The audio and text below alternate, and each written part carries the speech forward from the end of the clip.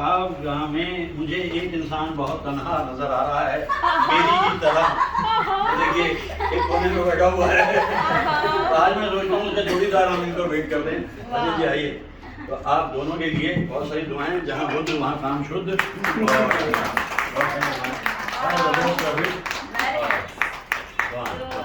दुआएं दुआएं तो हमारे पहली बार मिलवाएं उससे, लेकिन बाकी मंडली हमारी जो है 9 साल पुरानी है और हम लोग लगातार वो महफिलें सजाते हैं, जमाते हैं।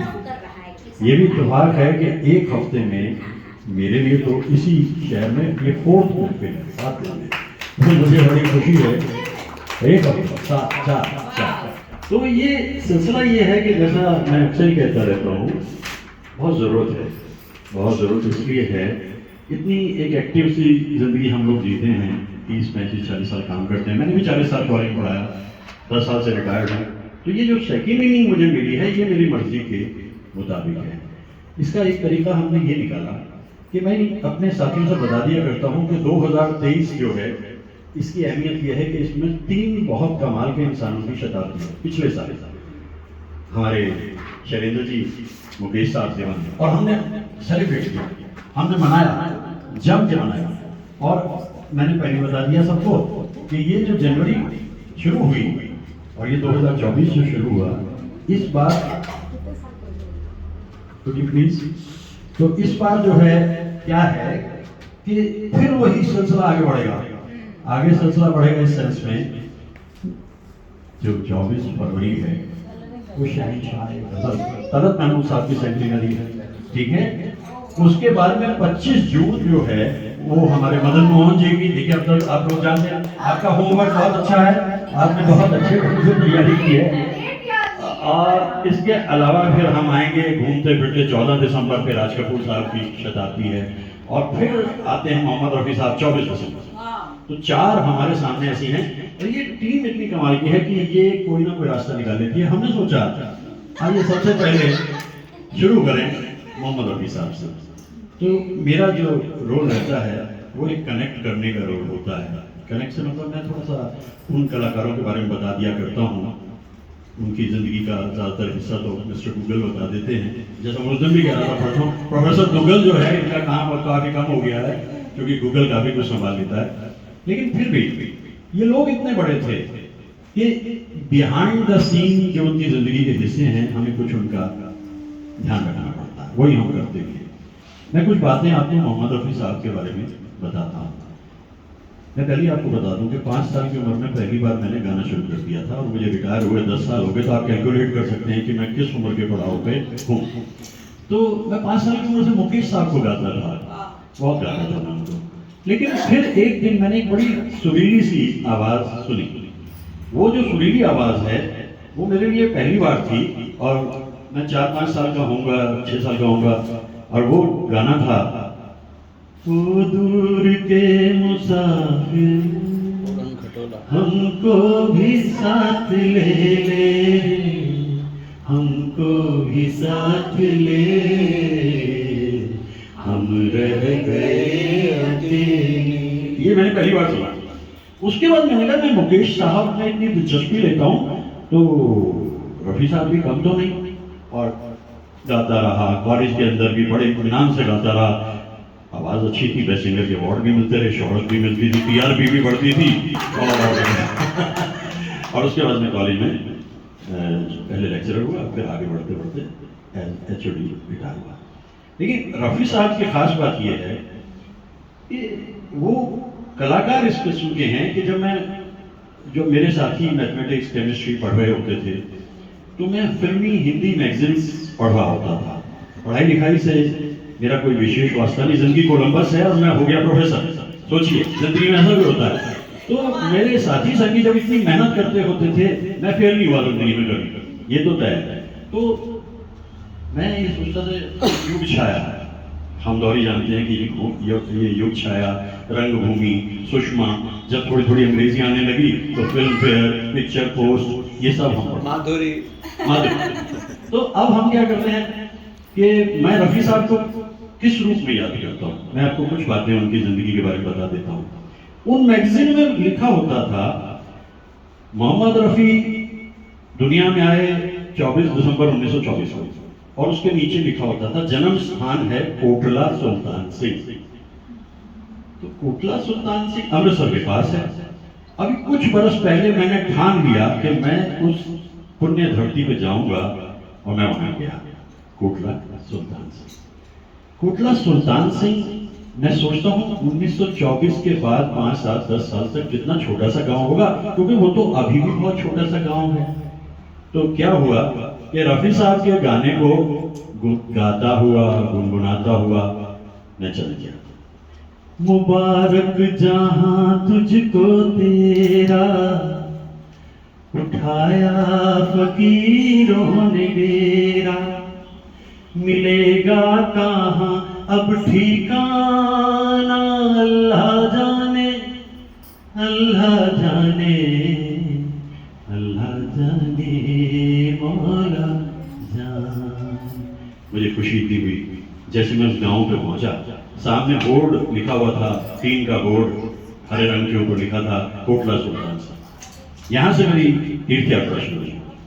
मैं जैसे ही अंदर गया, एक नया स्कूल था, वहां गया, वहां के लोगों से मिला, बातचीत हुई। उन्होंने मुझे कहा कि मुझे पीछे स्कूल छोड़ के आए हो ना, वहां जाओ, गवर्नमेंट स्कूल।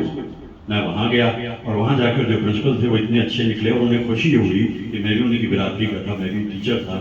तो उन्होंने मुझे बहुत कुछ रफी साहब के बारे में बताया। मैंने उसका एक वीडियो बनाया, एक 35 मिनट का वीडियो मैंने जो बनाया, क्योंकि मैं क्या करता हूँ कि YouTube पे अपने चैनल रमेश दत्त के नाम से मैं हूँ, उसमें डाल देता हूँ। उसका ये है कि छोटे छोटे वीडियो तो आप दोस्तों तक भेज दोगे, लेकिन ये 35-40 मिनट और मेरा वीडियो तो कभी कभी 1 घंटे का भी हो जाता है। तो उसको फिर मैंने बना के वहाँ, और मुझे बड़ी तसल्ली हुई। मैं उस घर की जगह पे गया जहाँ वो घर तो नहीं है, लेकिन वो नया घर है, जमीन हुई। रफी साहब उस घर में, उस जमीन पे पैदा हुए थे। अब यहाँ से आगे मेरी दिलचस्पी उनमें बढ़ी। मुझे पता लगा कि बहुत छोटी सी उम्र में वो चले गए थे, वहां से छोड़कर 4th क्लास में मैं उस सीट पे बैठा जहाँ रफी साहब बैठते थे। हेडमास्टर साहब ने मुझे बताया कि उनके दादाजी यहाँ पर पढ़ाते थे, और उनको मालूम था कि ये 4th क्लास तक रफी साहब कैसे पढ़ते। दोस्तों के बड़े प्यारे थे। बचपन में उनका नाम था फीको। फीको मोहम्मद रफी तो बाद में लोगों ने फीको, घर का नाम कुकू बिट्टू डट्टू जैसे होता है ना, तो उसी तरीके से वो था फीको। अब फीको जो है वो गाता था, और उसके दोस्त उसे कहते थे, ओ फीको, ओ तेरे जानवर असी चरा देंगे, ओ तू यार गा दे। और एक दिन परिवार ने तय किया कि वो वहां से लाहौर जाएंगे। सब दोस्त उदास हो गए। चलते चलते, तू जाएगा? उन्होंने कहा बड़ा मुश्किल होता है, बचपन के दोस्त जब बिछड़ते हैं तकलीफ बहुत ज्यादा होती है। फीको ने कहा ऐसा करता हूँ, मैं पेड़ों के ऊपर चाकू से अपना नाम लिख के जाता हूँ। फीको, ये बात मुझे वहां पे प्रिंसिपल साहब ने बताई, और वो नाम लिख के वहां पर चले गए। लेकिन वो तो घर ओवर द इयर्स मिट गया। जो सबसे बढ़ने का ना कि मिलेगा कहाँ अब ठिकाना, रफी साहब को जो ठिकाना मिला वो हमारे दिलों में मिला।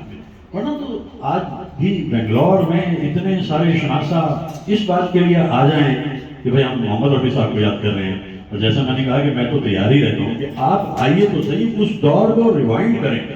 मैं रफी साहब को उनकी जिंदगी के एक ही दिन को चलो हम ले लेते हैं। एक दिन शुरू हुआ, रफी साहब ने गाना शुरू किया, जाग दिल दीवाना रुत जाही वस्ले यार की, बसी हुई जुल्फ में आई है सबा प्यार की। दिन शुरू हो गया ना, एक खूबसूरत से ख्याल से किसी के तस्वुर में डूबे डूबे जब हम दिन को शुरू करते हैं, लेकिन फिर उसके सामने एक चीज आके खड़ी हो जाती है, वो है रोजगार और कारोबार, जो नसीब पर निर्भर करता है। जैसे मैंने कहा मैं सिंगर बचपन से और बन गया टीचर, तो ये सब नसीब तय करता है। पर सर ये एक गाना है जिसमें फिरोज खान भी दिखने लगते हैं, दिखने लगते हैं। हाँ दिखते हैं, सही कह रहे हैं, बिल्कुल बिल्कुल। इसके बाद में रफी साहब ने एक और गीत गाया, कारोबार, रोजगार, समस्याएं, तकलीफें, परेशानियां। पैरों की थकन कहती है ठहर, मुश्किल है डगर, लंबा है सफर, पर दिल कहता है आखिर को गर्दिश तो कहीं पहुंचाएगी, लेकिन है यकीन आएगी मंजिल, आएगी मंजिल, तकदीर कहाँ ले जाएगी मालूम है। और 1 अगस्त 1973 का दिन आ गया। मेरे जितनी शरारतें थी, शैतानियां थी, वो सब माफ कर दी गई क्योंकि मैं लेक्चरर हो गया। दुनिया की सबसे खास बात ये रहती है, जब आप जिंदगी में किसी जगह पहुंच जाते हैं तो वो जो आपके सबसे ज्यादा अदावत में रहने वाले होते हैं, ये कुछ नहीं कर सकता, ये तो ऐसे ही बर्बाद होगा। जब पहली नौकरी मिली तो पता लगा कि नौकरी के साथ एक आइडेंटिटी मिली। लेकिन अब छोटे शहर में सहारनपुर में मैं पढ़ाता था, वहाँ का निजाम ये था कि देखो ये गाने वाने का चक्कर छोड़ो, इसी कॉलेज में तुम सिंगर बनते थे, अब प्रोफेसर हो जाओ, हो गया सिलसिला। तो ये दूसरा पड़ाव जो है ये बड़ा मुश्किल था, मंजिल आ गई। और इसके बाद फिर तीसरी एक तीसरा कौन था? किसी की मंजिल है। हाँ किसी की ये जी किसी की मंजिल आ गई।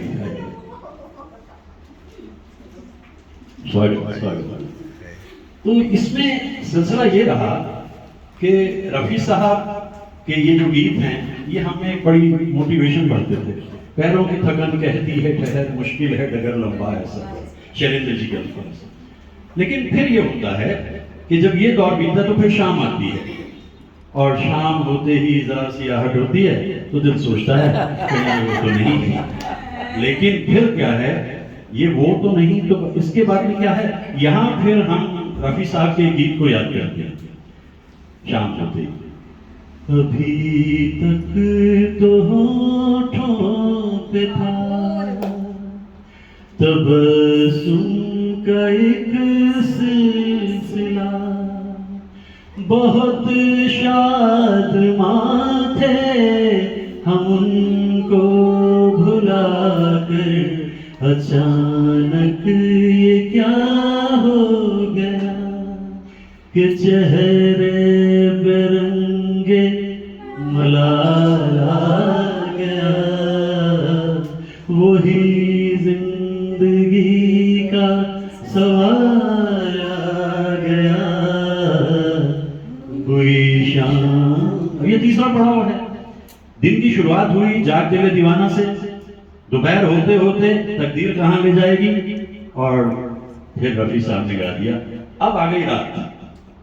रात आते आते जहां एक तरफ जिस्मानी थकान होती है, वहीं उसके साथ साथ एक और भी वजह रहती है कि अगली सुबह कैसी होगी। रफी साहब ने एक ऐसा दर्दीला गीत गाया है, बाकियों को भी देखा दीजिए, मैं तो जो बाकी दूर दूर से सब लोग आए हैं, हमारी खुशी है।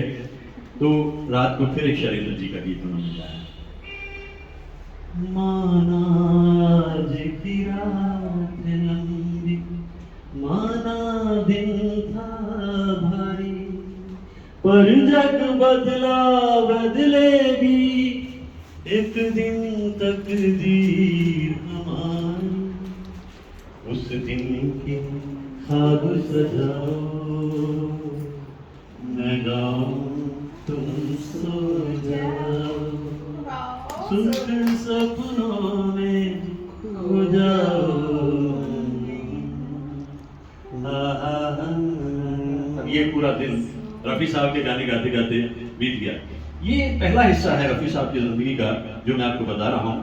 अब इसके बाद में एक बहुत ज्यादा डिस्प्यूट ये रहा कि रफी साहब ने गाने कितने गाए, कभी ये तय नहीं हो पाता, क्योंकि रफी साहब ने जो पहला मकबूल गीत गाया था वो था तेरा खिलौना टूटा बालक, ये नौशाद जी के लिए गाया। और उसके बाद 31 जुलाई 1980 वो दुनिया से रुखसत हुए।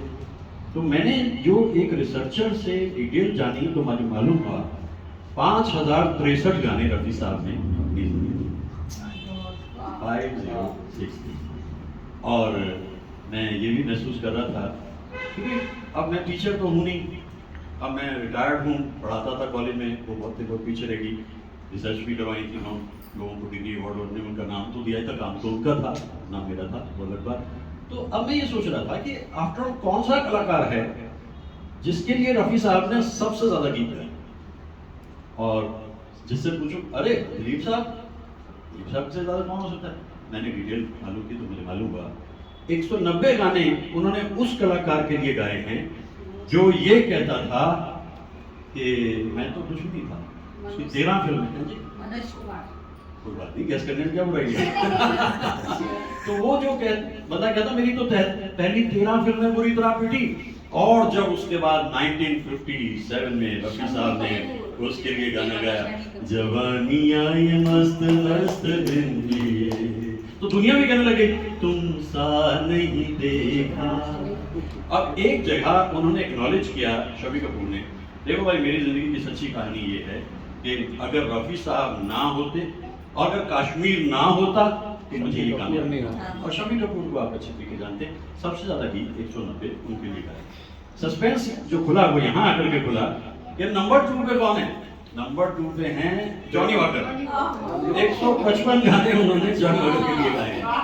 तो अब मैं सिर्फ ये जो मेरे ख्याल से मेन कलाकार हैं इनकी एक पंक्ति आपको सुना देता हूँ, क्योंकि उस जमाने में त्रिदेव थे। वो त्रिदेव जो हैं उनको आप पार नहीं कर सकते। यह टेस्ट आपका सारा वही होगा कि क्या वो आपकी आवाज को ले रहे हैं। तो सबसे पहली बात आई राज कपूर। राज कपूर तो बहुत जल्दी ये बात समझ गए थे, मुकेश उनके लिए बने। लेकिन शंकर जी किशन कहते हैं कि रफी साहब को इग्नोर कैसे करोगे यार। बरसात फिल्म जब बनाई तो उसमें एक गाना उन्होंने रफी साहब को दे दिया, मैं जिंदगी में हर पल रोता ही रहा, ये गाना। लेकिन राज कपूर लगा मेरे लिए मुकेश ठीक है यार, लेकिन राज कपूर तो बहुत ही विजनरी थे। मेरा नाम जोकर में सारे गाने मुकेश साहब ने गा लिए, और जब हीर गाने की बात आई, सदके हीर तुझ पे हम फकीर, रफी साहब ये तो आपके लिए, और ये राज कपूर को गए। अब देव साहब जो हैं, देव साहब तो तलत महमूद और हेमंत कुमार को पसंद करते थे, लेकिन 1960 में रफी साहब ने एक ऐसा लाफानी गीत गा दिया कि जो कुछ भी उसके बाद में देव साहब के मन में आता था, हो खोया खोया चांद, ये गीत जो है टर्निंग पॉइंट है। इसके बाद चाहे किशोर कुमार को साथ लिया देवानंद ने, लेकिन एक गीत या दो गीत वो दिलीप। अब दिलीप साहब तो पहले से नौशाद साहब और शफीक साहब को बहुत पसंद करते थे, और उनके पसंदीदा गायक थे मोहम्मद रफी। लेकिन मुकेश साहब ने भी कमाल करके दिखा दिया। अंदाज फिल्म में जो गीत गाए मुकेश साहब ने दिलीप कुमार। उसके बाद में उन्होंने जो मधुमती में गाया सुहाना सफर और दिल तड़प तड़प के, लेकिन दिलीप साहब के अंतर में कहीं रहता था कि रफी साहब को मैं इग्नोर नहीं कर सकता। टूटे हुए ख्वाबों ने हमको ये सिखाया है, दिल ने जिसे पाया,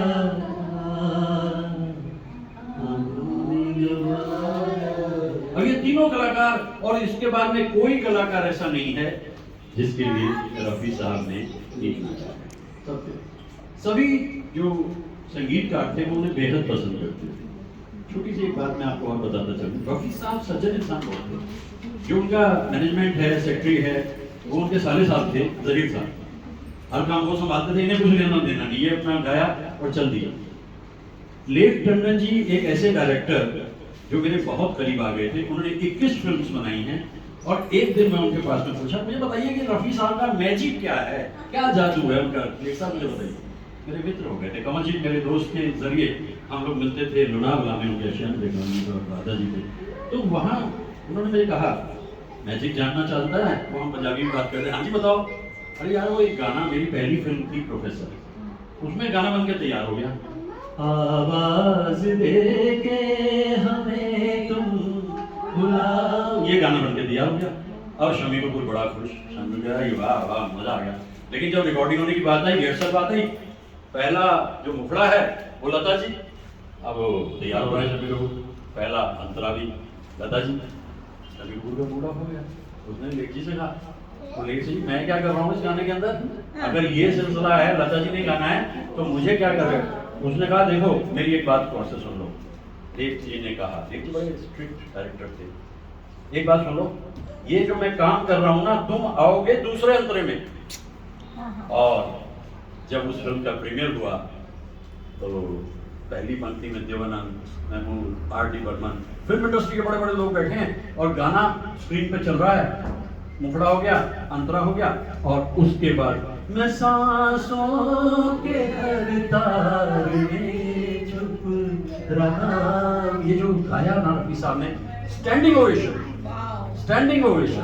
तो मुझे बताया लेट जीने के बाद देखो ये था उनका। और दूसरी बात है परफेक्शनिस्ट, परफेक्शनिस्ट। एक गीत की रिकॉर्डिंग होने जा रही है और जब सब तैयार हो गया, ये हो गया, तो उनके रिहर्सल में गाने लगे रफी साहब और उन्होंने शुरू कर दिया। कौन है जो सपनों में आया, कौन है जो दिल में समाया, ला ला ला। अब ये गाना जो है शुरू हुआ और गाना शुरू होते ही, लेकिन रुको रुको रुको, ओ क्या कर रहे हो रवि साहब, ये गाना शम्मी कपूर पे नहीं है, ये राजेंद्र कपूर पे है। ओ यार पहले बता देते कि ये राजेंद्र, क्योंकि जिस गीत को भी वो गाएंगे वो ऐसा लगेगा आज मौसम, आप समझिए धर्मेंद्र का गाना है, पत्थर के सनम, आप समझिए कि मनोज कुमार का गाना है अकेले, आप समझिए राजीव गाना। तो रफी साहब की जो आवाज की जो वेरिएशन थी ना, वो इतनी कमाल की थी। लेकिन कुछ जिंदगी में ऐसा भी होता है कि झगड़े होते। अब मैं एक और बात आपको बताऊं कि मैं जब ढूंढ रहा था सारा कुछ, तो मैंने पाया कि आशा भोसले के साथ मोहम्मद रफी साहब ने 796 गाने गाए, 796। तो दूसरे लोग ये समझने लगे अगर आशा भोसले के साथ 796 है तो फिर लता जी के साथ तो 1200-1400 पता मुझे हजारों के 411 गाने गाए। लता जी के साथ में 411, क्यों? क्योंकि 1961 में गाने की रिकॉर्डिंग चल रही है, सलीम दार म्यूजिक डायरेक्टर हैं और वहां पर लेकर के एक तकरार हो गई मोहम्मद रफी और लता जी। अब किसने पहले कहा, लेकिन कहा जरूर कि भाई मैं आपके साथ नहीं गा या गा रही, और 6 बरस तक दोनों ने एक दूसरे के साथ नहीं गा, इसी वजह से इतने कम। तो ये एक बैकग्राउंड है। अवार्ड की बात ये है, हम तो बचपन से ही गाने लग गए थे, जब छोटे छोटे से होते थे और दुखलाते हुए हम गानों को गाया करते थे। तेरी प्यारी प्यारी सूरत को, ये मेरा पहला गाना, ये आपका गाना पहला, और मेरा हो सकता है 8वां 10वां। तेरी प्यारी प्यारी सूरत, यहाँ हम फंस जाते थे क्योंकि 9-10 साल की उम्र होती थी। चश्मे बद्दू, हमें नहीं पता चश्मे बद्दू क्या होता है, लेकिन हम गा जाते थे। फिर इतने में उसके बाद हुस्न वाले, तेरा जवाब नहीं, जितने हिट गाने मुकेश साहब के हुए उससे कई गुना गाना ज्यादा हिट है। देखिए अब क्या है, बारों फूल बरसाओ मेरा महबूबा है, ये मेरा प्रेम पत्र पढ़। तो जो गाने उनके होते थे वो इस तरह से होते थे। अब हम अपनी महफिल को शुरू करने की स्थिति में हैं, क्योंकि मेरे को जितना इंट्रोडक्शन देना होता है, मेरे पास तो हमेशा ही बहुत कुछ कहने को होता है, लेकिन मुझे रोकना इसलिए होता है कि मैंने भी तो सुनना है। देखिए इतने सुरीले गायक यहाँ पर मौजूद हैं, मैं इन सबको एक एक करके सुनूंगा। बस इतना जरूर है कि जब ये प्रोग्राम एक गीत गाना, हाँ चलिए मैं आपकी बात को मानता हूँ पूरा, और इसके बाद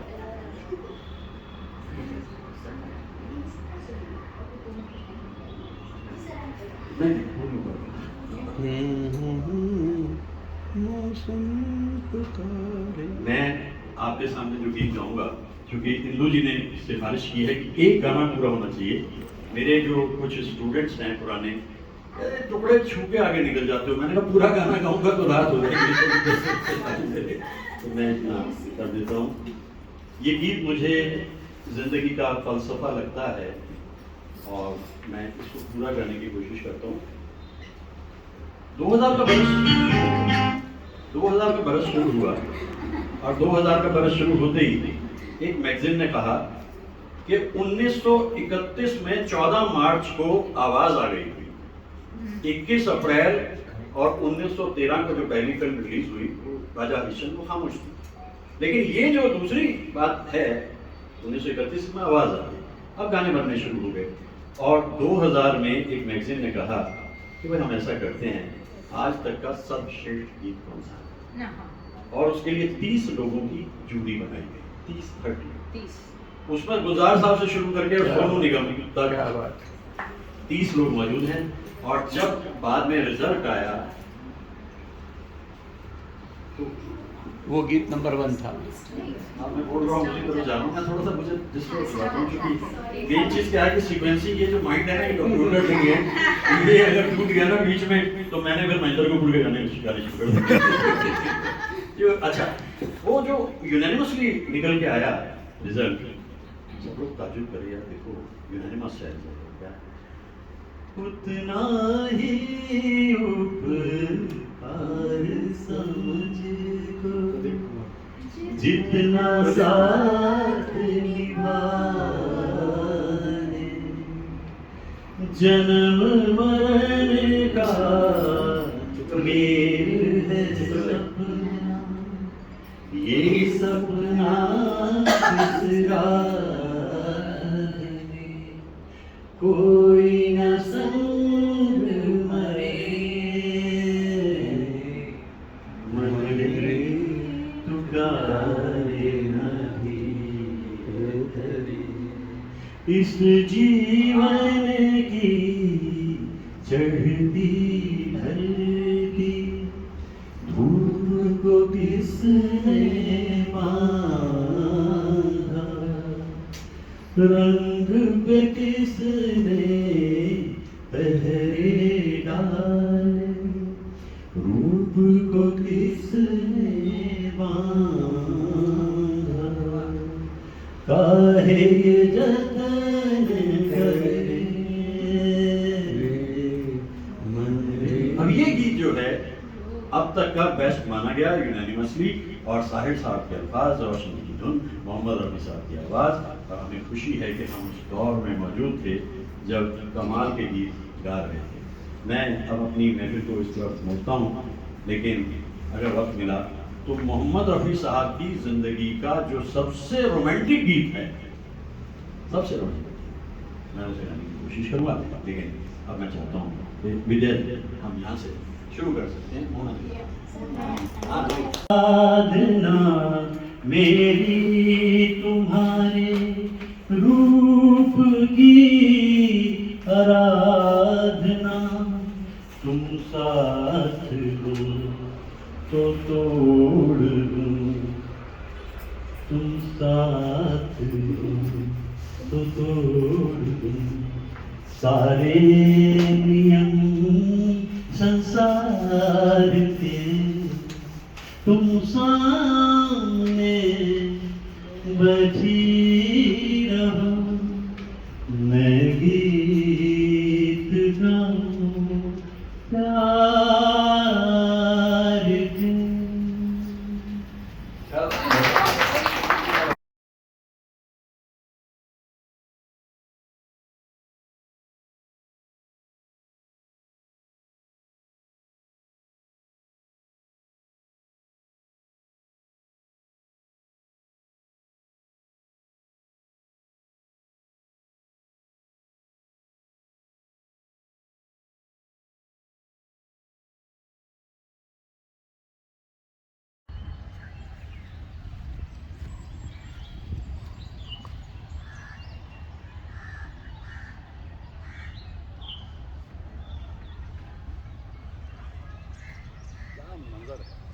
क्या माहौल है, खूबसूरत गायकी रफ़ी साहब की याद आ रही है यहाँ, उस माहौल में आकर मुझे दिलकश।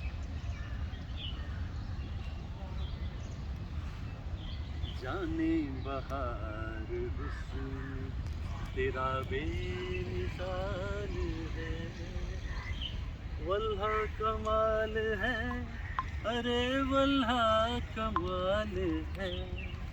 स्टॉप। तेरी जुल्फे परेशान, तेरी नजरें पशेमा, कहीं ये प्यार ही ना हो नसीबे दुश्मना।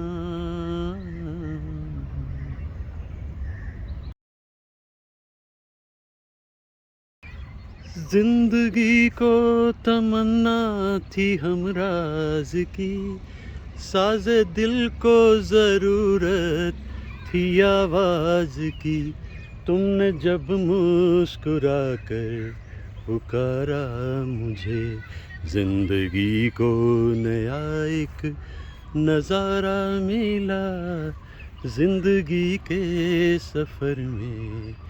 रफ़ी साहब के गीतों को जब भी कभी हम याद करते हैं उसमें एक मोहब्बत होता है, हुस्न परस्तिश होती है उसमें, और ऐसे गीतों को कोई भी गीतकार लिखे लुत्फ़ आता है। ज़िंदगी के सफ़र में अकेले थे हम, मिल गए तुम तो दिल को नज़ारा मिला, आ गए एक नए रास्ते पर कदम जब तुम्हारी नज़र का सहारा मिला। रफ़ी साहब।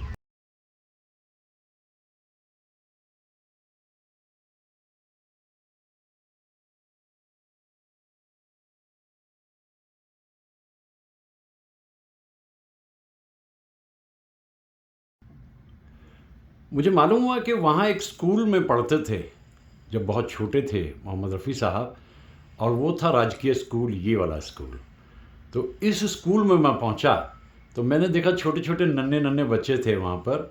तो एक ज़माने में कभी मोहम्मद रफ़ी साहब भी इस स्कूल में पढ़ते थे, और जिस तरह ये बच्चे मस्त हैं, खुश हैं, वो भी इसी तरह से खुशियाँ घूमते होंगे इस स्कूल में। अंदर हेडमास्टर साहब से मुलाकात हुई, सिंह साहब से, तो उन्होंने ये बताया कि बस शायद तीसरी क्लास ही है उन्होंने वहाँ से की थी, और उसके बाद परिवार वहाँ से शिफ्ट हो गया था। तो इन बच्चों को मैं देख रहा हूँ, इन बच्चों को देखते हुए मुझे बड़ा सुख मिल रहा है, क्योंकि मैं वहाँ जब रफ़ी साहब के बचपन के बारे में बात करने लगा तो कई बातें मुझे ऐसी बात सुनने में मिली जिनका ज़िक्र तो मिस्टर गूगल भी नहीं कर पाते, डायरेक्ट फ्रॉम हॉर्सेस माउथ। क्योंकि वहाँ जो लोग रहते थे उनमें से उनके दादा नाना उन्हें बताया करते थे कि कभी मोहम्मद रफ़ी साहब यहाँ हुआ करते थे, यहाँ पैदा हुए थे। तो मैं और थोड़ा आगे बढ़ा। बच्चे मुझे ऐसे देख रहे थे, ना जाने मैं कौन सी दुनिया से आया हूँ, क्योंकि कोई अजनबी जब स्कूल में आता था तो वो ऐसे ही करते रहे होंगे पहले भी, और मैं बड़ा प्रसन्न हुआ इन बच्चों के बीच में जाकर। बड़े खुश थे, बड़े खुश थे। ये तो खुश थे, मैं इनसे ज़्यादा बहुत ज़्यादा खुश था। मैं उस स्कूल में आ गया था जहाँ कभी मोहम्मद रफ़ी साहब तमहीदी दौर में पढ़ते थे। फीको नाम था उनका घर का। तो मैं और आगे बढ़ा, मैंने सोचा कि स्कूल के हेडमास्टर साहब से मिलता हूँ, और जब मैं और आगे बढ़ा तो उनके ऑफिस में पहुँचा। ऑफिस में पहुँचा तो ये बच्चे छोटे छोटे अभी भी क्लासेस से बाहर ही थे। तो कुछ टीचर उनको अंदर ले जाने की कोशिश कर रहे थे, लेकिन ये बच्चे इतने प्रसन्न थे कि ये कहीं जाना नहीं चाह रहे थे। देखिए ये बचपन की कमाल, ये इनकी मस्ती। ऐसे ही कभी रफ़ी साहब भी इस स्कूल में ऐसी मस्ती करते होंगे। मुझे बड़ी खुशी हुई यहाँ जाकर। सिंह साहब बहुत ही बढ़िया इंसान, बहुत कमाल के इंसान। उन्होंने मुझे बहुत सी बातें बताई रफ़ी साहब के बारे में कि जो उनके बुज़ुर्गों ने उन्हें बताई थी कि रफ़ी साहब यहाँ पढ़ते थे, छोटी सी क्लास में बैठे होते थे, और वो एक तस्वीर भी उस स्कूल में मुझे दिखाई दी मोहम्मद रफ़ी साहब की लगी हुई। वो उस जगह भी मुझे ले गए जहाँ पर मोहम्मद रफ़ी साहब पढ़ते थे बैठे हुए, उस सीट पे भी ले गए जिस सीट पे मोहम्मद रफ़ी साहब बैठते थे। मुझे ये भी बताया गया कि जब परिवार शिफ्ट होने लगा तो उस वक्त सारे जो बच्चे थे वो उदास हो गए, और उन उदास बच्चों ने कहा कि फीको, हम तुझे हमेशा याद रखेंगे। तो फीको ने क्या किया कि एक पेड़ के ऊपर चाकू से नाम लिख दिया, फीको। तो उन्होंने कहा मुझे याद करो तो इसको देख लेना। देखिए बचपन की खूबसूरती और संवेदनशीलता कितनी अलग होती है, और बच्चे किसी तरीके से ये मान गए कि अब जाना ही है, फीको ने तो फिर जाना ही है। इस तरह से वो अपना काम करते रहे, और फिर क्या था, लाहौर शिफ्ट हो गया था, परिवार यहाँ से लाहौर शिफ्ट हो गया था। और सिंह साहब का धन्यवाद करता हूँ कि उन्होंने मुझे इतनी सारी बातें बताई। एक तस्वीर भी दिखाई उन्होंने अलग से मुझे, किसी ने कविता भी लिखी थी। मेरा को तो ऐसा लगा जैसे मैं तीर्थ स्थान पे आ गया हूँ, एक तीर्थ यात्रा पे आ गया हूँ मैं। वाह, क्या अनुभव था मेरा वहाँ पर। पानी का गिलास मुझे ऑफ़र किया है हेल्पर ने, और फिर इसके बाद सिंह साहब ने कहा लीजिए मैं आपको वो कविता दिखाता हूँ जो कोई कभी यहाँ पर लिख कर के मेरे पास छोड़ गया था। तो ये कविता उन्होंने निकाली। सिंह साहब एब्सोल्युटली वंडरफुल ह्यूमन बीइंग, यानी एक अनजान इंसान के साथ इतनी खुशी से सिंह साहब बात कर रहे थे, और ये वो कविता है जो किसी ने रफ़ी साहब पे लिखी थी। और मैं इस कविता को देखकर सोचता था कितने सारे लोग हैं जिनके दिलों में रफ़ी साहब बसते हैं। उनके बुज़ुर्गों ने बताया था कि इस तरह से, वो देखिए मारा उस बच्चे ने उसको यही तो बचपन है, यही तो कमाल है। ये वो ज़मीन है जिस पे एक नया घर बन चुका है। ये वो ज़मीन है जहाँ कभी मोहम्मद रफ़ी साहब का घर होता था। मैं तलाश कर रहा था वो नन्हे नन्हे पाँव, उनके निशान दिखे तो नहीं, लेकिन मैं अपने जहन में महसूस कर सकता था। जब फीको लौट के स्कूल से घर आता होगा, माँ उसको खाना खिलाती होगी और उसके बाद में वो जाकर अकेले में गाता होगा। फीको की ज़िंदगी भी कितनी रसीली होगी। अपने दोस्तों के साथ घूमता फिरता रहता था फीको, और उसके दोस्त कहते थे, ओए फीको तू इस तरह करके सानू गाना सुना दे और असी तेरे जानवर चरा देंगे। मतलब तुम हम गाना सुना दो और हम तुम्हारे जानवर जो चराए जाने हैं उनको चरा के लाना है तो वो हम कर देंगे, तुम हमें गाना सुना दो। यानी बचपन से ही इतने सुरीले थे मोहम्मद रफ़ी साहब। ये वो जगह, ये वो ज़मीन जहाँ कभी रफ़ी साहब दुनिया में आए थे। ये वो जगह, ये वो घर। मतलब घर तो बदल गया, पहले ज़मीन वही थी। ये पास में एक और नया स्कूल खुल गया, ये पब्लिक स्कूल है। इसमें मोहम्मद रफ़ी साहब की इस स्टैचू को लगाया गया है और इसके नीचे सब कुछ तफसील लिखी है। लेकिन ये दूसरा स्कूल है क्योंकि ये तो अभी कुछ बरस पहले ही खुला।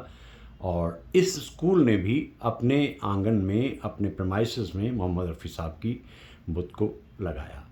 कहते हैं कि 24 दिसंबर और 31 जुलाई को लोग यहाँ पर आते हैं। 24 दिसंबर को ज़्यादा आते हैं, बच्चों को मिठाइयाँ भी खिलाई जाती हैं। और इस तरह से मैं चलता रहा, देखता रहा, कुछ लोगों से बातचीत भी वहाँ पर हुई और मुझे ऐसा लगा कि सचमुच इतिहास के पन्नों में उतरकर मैं उन दिनों में चला गया हूँ जो दिन कभी थे और फिर वक्त के साथ साथ वक्त के सीने में दबते चले गए। लेकिन मोहम्मद रफ़ी साहब तो हमारे मन में हमेशा रहते हैं, हमेशा रहेंगे। तो ये था कोटला सुल्तान। बहुत देर तक मैं घूमता रहा वहाँ, कई लोगों से मेरी बातचीत भी हुई। उनके साथ के लोग तो चले गए थे दुनिया से, रफ़ी साहब के कुछ दोस्त रहते थे वहाँ पर, लेकिन कुछ बरस पहले वो दुनिया से रुखसत हो गए थे। क्योंकि देखिए ना, अब ये सेंटिनरी आ रही है अगले साल रफ़ी साहब की। कितने बुज़ुर्ग होंगे वो लोग, लेकिन रफ़ी साहब को सब याद करते हैं। कोटला सुल्तान सिंह आज भी एक छोटा सा गाँव है और कम लोग जाते हैं वहाँ, क्योंकि जैसा मैंने कहा ना, दौर बदल चुके हैं। लेकिन रफ़ी साहब की ये तस्वीर याद दिलाती है कि कितने महान गायक थे रफ़ी साहब।